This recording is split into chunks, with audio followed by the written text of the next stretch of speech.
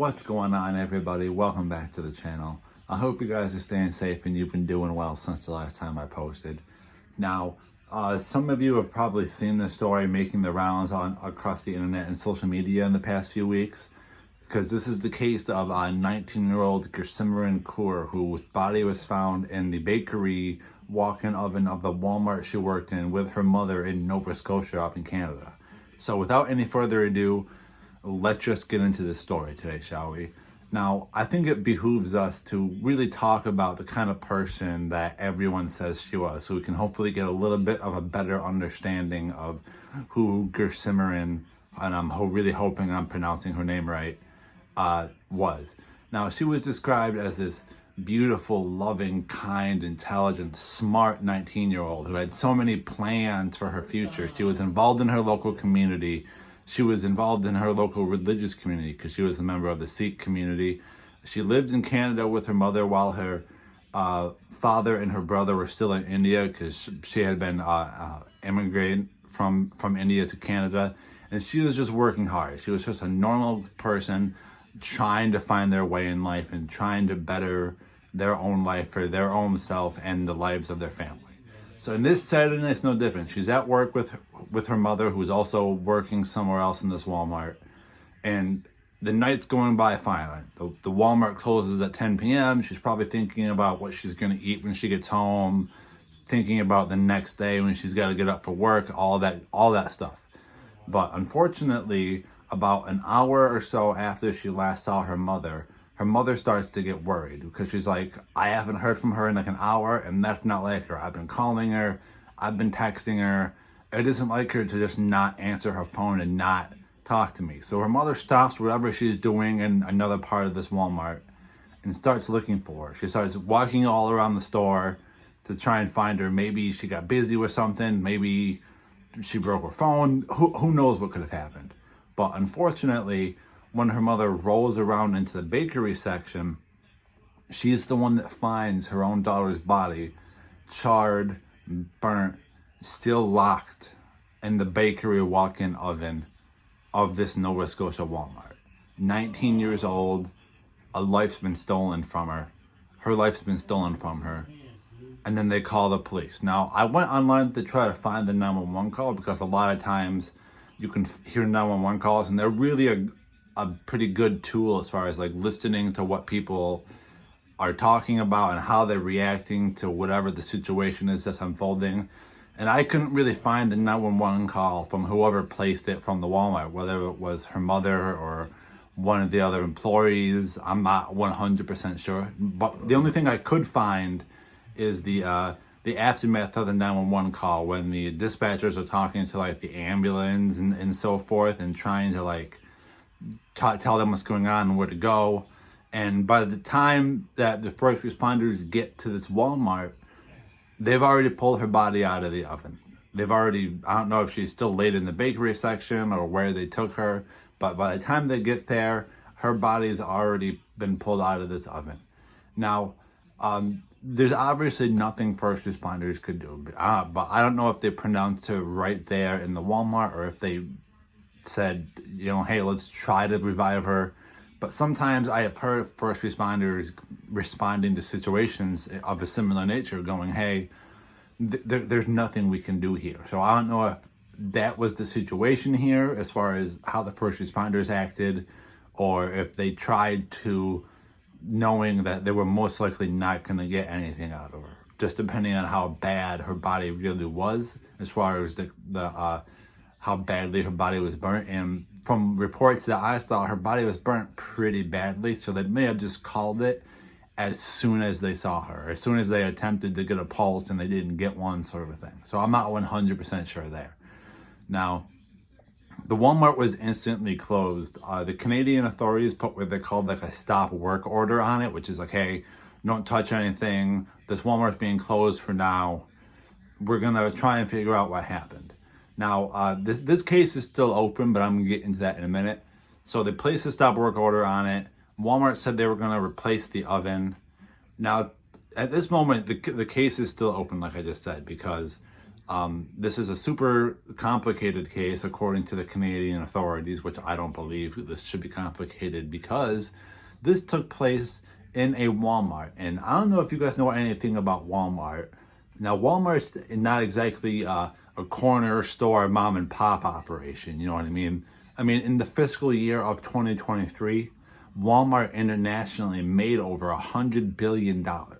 And $100 billion buys you a lot of security cameras. And Walmart's one of those big stores that love security cameras. They got security cameras everywhere, from employees areas to customer areas. The only place they don't have security cameras is in store bathrooms. They got like every inch of that store covered. And I'm going to guarantee you that whatever happened with this situation in this Walmart with this young woman is caught on camera. They just haven't turned that footage over to the authorities. I am going to guarantee you that right now. Whatever happened in this bakery section of this Walmart up in Nova Scotia, it has 100% been caught on security cam footage and is on somewhere within that Walmart, within the pantheon of where Walmart security cameras go. And I know they haven't turned this over, because if they would have already turned this footage over, this case would have been closed by now, because it would be like, hey, we have what happened on camera, whether it was some terrible, horrible malfunction, whether someone shut her in there, whether she walked in there to clean it, because she was most likely going in there to clean it and incapacitated her, whatever happened, I can guarantee you is on security cam footage in this Walmart. But Walmart's either saying we didn't have a camera in that area, or we don't have the footage of the camera because something was wrong with the camera. If Walmart wanted to cooperate to the fullest extent of the law, as far as Canadian law is concerned, they would have turned over security cam footage of this incident. I'm going to say that right now, as far as Walmart's concerned. Now, Walmart did say they're going to replace the oven, but apparently they were replacing it as a part of like a national renovation for all Canadian Walmarts. But I don't know if that was already, sounds like it was already the plan to eventually replace it, because big box stores like to continually update their stuff and things of that nature. Now, there was a GoFundMe started for the family, all the money which went to her mother. It was about 190,000 Canadian dollars, which roughly transfers to about like 140 some odd thousand American dollars. They're working on getting her father and her brother over here from India, because like I said, to my knowledge, from everything I saw, they're still living in India as far as the father and the brother are concerned. Now, the Walmart issued a standard, we're heartbroken for our associate kind of thing, but I don't really trust anything that's coming out of this Walmart's mouth. But it seems like as soon as this incident happened, from all the research I saw, there were instantaneous whispers of someone did something to her, something happened to her. This was such a loving person. And then other people that worked in other bakery sections in Walmarts across the world and across the United States and North America had that exact oven in their bakery sections, the oven that was in this Nova Scotia bakery Walmart, proving that, hey, this door couldn't have closed on accident. Even if for some reason someone came behind her and closed it, there's an emergency release switch, which is pretty standard on basically all, not just walk-in ovens, but walk-in fridges and freezers. I don't know if you guys have ever spent any time working in either kitchens or fast food joints and stuff like that, but any walk-in fridge or freezer that I've ever seen has had an emergency release switch, because if for some reason you do get closed in there, you can pop the switch and slap it and then make your way out of the oven or the fridge or the freezer. She wouldn't have walked in there if the oven was on. They weren't baking anything. They were cleaning and prepping for the next morning. So the people who are baking in the morning don't have to clean. They can just start baking the bread or the cakes or whatever they may have been baking in that particular oven.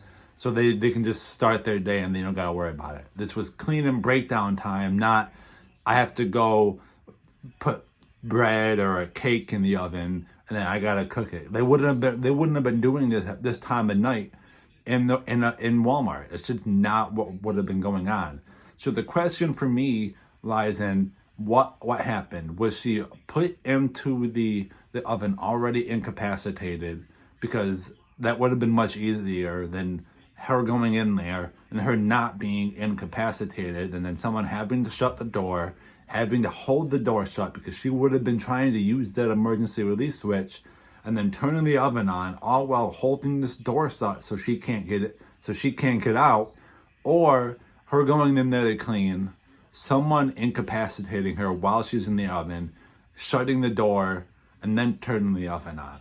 I think that's the most likely scenario of what happened. She goes in there to clean the oven, to prep it for the next morning, because you gotta clean ovens, whether they're walk-in ovens or not. This one she just had to walk into because it's a big, tall walk-in oven, and you gotta clean it, like I've been saying.